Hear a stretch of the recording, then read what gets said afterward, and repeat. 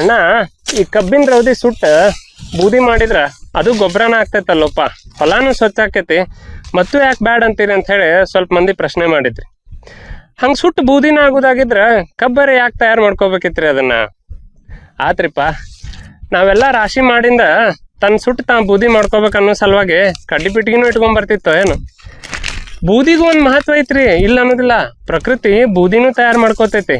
ಅದು ಹೆಂಗಂತೇಳಿ ಇನ್ನೊಮ್ಮೆ ನೋಡೋಣ. ಈಗ ಕಬ್ಬಿನ ಲೆಕ್ಕ ನೋಡೋದಾದ್ರೆ ರೌದಿ ಕೆಲಸ ಏನಿರ್ತೈತ್ರಿಪ್ಪ, ಮುಂದಿನ ಪೀಳಿಗೆನ ರಕ್ಷಣೆ ಮಾಡಿ ಪೋಷಣೆ ಮಾಡಕ್ಕಂತ ಹೇಳಿ ಅಲ್ಲನ್ರಿ ಅದಲ್ಲಿ ಹಿಂದೆ ಬಿಟ್ಟು ಹೋಗೋದು.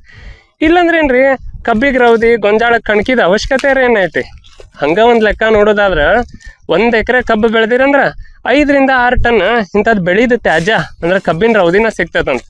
ಬೆಳೆದ ಗೊಬ್ಬರ ಮಾಡಿದ್ರೆ 3 ರಿಂದ 4 ಟನ್ ಗೊಬ್ಬರ ಆಕೈತ್ರಿ.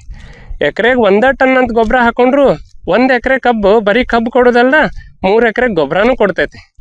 ಪ್ರಕೃತಿ ತನಗೆ ಬ್ಯಾಡಾಗ ಏನೂ ಮಾಡಿಲ್ರಿ. ಈಗಾರ ಹೇಳ್ರಿ, ಕಬ್ಬಿನ ರೌದಿ ಸುಡ್ಬೇಕೋ ಬೇಡ?